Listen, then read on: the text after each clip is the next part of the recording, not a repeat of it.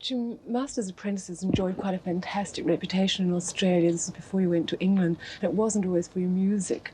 Do you think some of the scandals and rumours that were attached to the group were always justified? People sort of started writing about unmusical things about us, about what we looked like, what we dressed like, instead of what we played like. But then we went to England, of course, and things changed, and we came back and we sort of more into our music now rather than what we look like and what we do in our private lives. What has been the reaction since you've come back from England? Oh, very, very good. What happened over in England? A million things.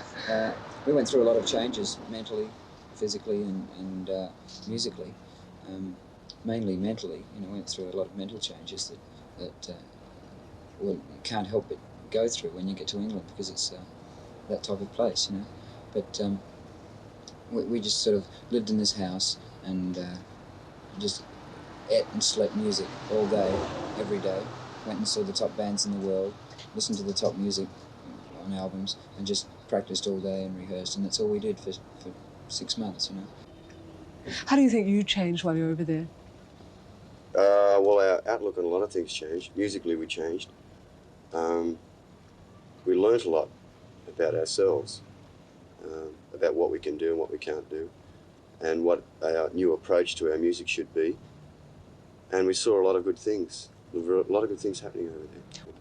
Were you apprehensive when you got there? And did you think, wow, how are we going to compare to all the English groups?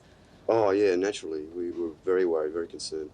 The idea was to get in and record and do as much of that as we can, perhaps with the idea of having a hit single. And that was the main idea of going over there. Did you work there at all? Yeah, we did a couple of places. We had the opportunity to work more, but the money is not very good for an unknown group.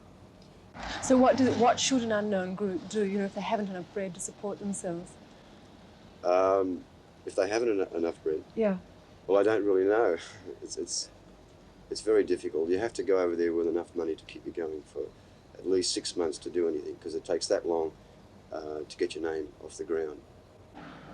You've had excellent reviews for your latest LP in Melody Maker. Is this what's going to persuade you to go back to England? I think so. Up until a few weeks ago, we were considering staying here.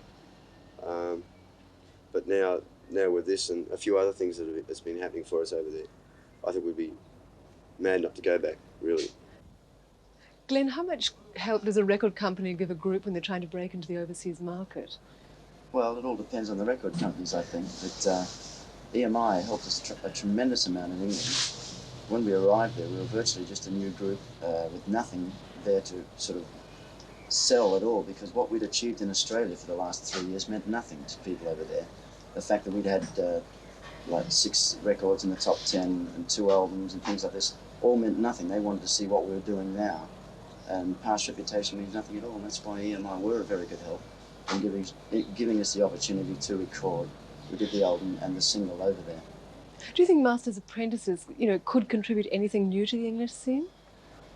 I think so. I've got a lot of confidence in the songs that Doug and Jim are writing. And I think the big thing in England is originality. If you haven't got originality, you're just one of a million groups. And I personally think, with the risk of sounding vain, that we might be able to do that with.